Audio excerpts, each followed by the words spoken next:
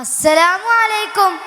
ബഹുമാനമുള്ള ഉസ്താദുമാരെ, സ്നേഹധന്യരായ രക്ഷിതാക്കളെ, SSF മലപ്പുറം ഈസ്റ്റ് ജില്ലാ സാഹിത്യോത്സവ വേദിയിൽ കഥ കേൾക്കാനെത്തിയ എൻ്റെ പ്രിയപ്പെട്ട കൂട്ടുകാരെ, അറിവും ആനന്ദവും പെയ്തിറങ്ങുന്ന വർണ്ണപ്പകിട്ടാർന്ന ഈ സാഹിത്യോത്സവ വേദിയിൽ നിങ്ങൾക്കൊരു കൊച്ചു കഥ പറഞ്ഞു തരാനാണ് ഞാനിവിടെ വന്നത്. പ്രവാചക ചരിത്രത്തിലെ പ്രസിദ്ധമായ ഹിജ്റക്ക് മുമ്പുണ്ടായ സംഭവബഹുലമായ ചരിത്ര പുസ്തകത്തിൽ നിന്നും ചെറിയൊരേട്. കഥയുടെ പേര് പ്രവാചകർ, പ്രശ്നപരിഹാരങ്ങളുടെ കോടതി.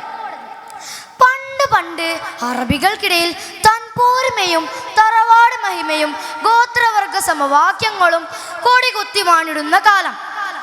ഞങ്ങളാണ് ഉന്നതരെന്നും മഹത്വമുള്ള ഗോത്രക്കാരെന്നും ഓരോരുത്തരും മേനി നടിക്കുകയും അതിനുവേണ്ടി വാദിക്കുകയും സംഘർഷങ്ങൾ വരെ പതിവാവുകയും ചെയ്തിരുന്ന മക്കൾക്കിടയിൽ അന്നൊരു ദിവസം വലിയൊരു തർക്കം ഉടലെടുത്തു. മക്കയിലുണ്ടായ വലിയൊരു വെള്ളപ്പൊക്കം കാരണം കാബാലയത്തിന് കേടുപാടുകൾ സംഭവിച്ചു. കാബ പുതുക്കി പണിയാൻ മക്കാർ തീരുമാനിച്ചു. അങ്ങനെ എല്ലാവരും അവരെ കൊണ്ട് കഴിയുന്ന രൂപത്തിലൊക്കെ കാബ പുതുക്കി പണിയാൻ പങ്കാളികളായി. ചിലർ കല്ല് ചുമക്കുന്നു, മറ്റു ചിലർ മണ്ണ് കൊണ്ടുവരുന്നു, ഒരു കൂട്ടർ ജോലിയിൽ ഏർപ്പെട്ടവർക്ക് ഭക്ഷണം പാകം ചെയ്യുന്നു, പടവറിയുന്നവർ ഭംഗിയായി കാബ പടുത്തുയർത്തുന്നു.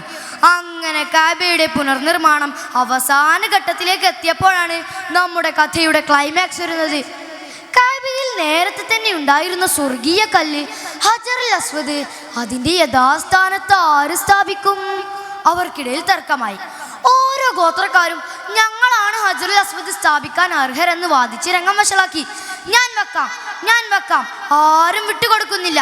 പലരും പല പോംവഴികളും പറഞ്ഞെങ്കിലും ആരും സ്വീകരിച്ചില്ല. തർക്കം മൂർച്ഛിച്ച് ഒരു സംഘർഷത്തിലേക്ക് വഴിമാറുന്ന ഘട്ടം വന്നപ്പോൾ കൂട്ടത്തിലുണ്ടായ മുതിർന്ന ഒരാൾ ഒരു അഭിപ്രായം മുന്നോട്ട് വെച്ചു.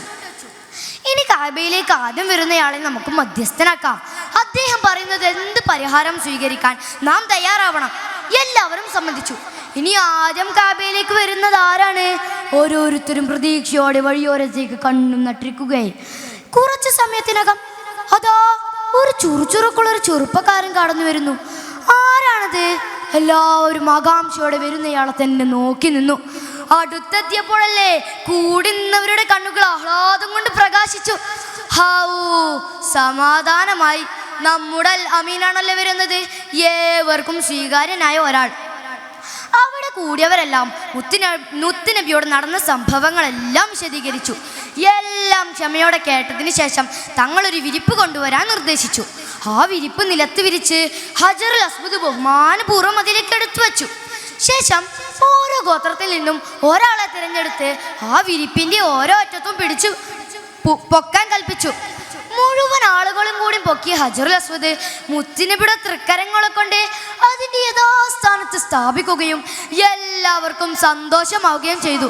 നോക്കൂ കൂട്ടുകാരെ, കെട്ടുപിണഞ്ഞു കിടന്ന ഇത്രയും വലിയൊരു തർക്കം എത്ര നിസ്സാരമായിട്ടാണ് നിങ്ങൾ പരിഹരിച്ചത്.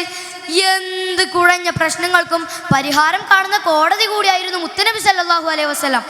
ഇതോടുകൂടി ഞാൻ എൻ്റെ കൊച്ചു കഥ ഇവിടെ അവസാനിപ്പിക്കുന്നു. അസ്സലാമു അലൈക്കും.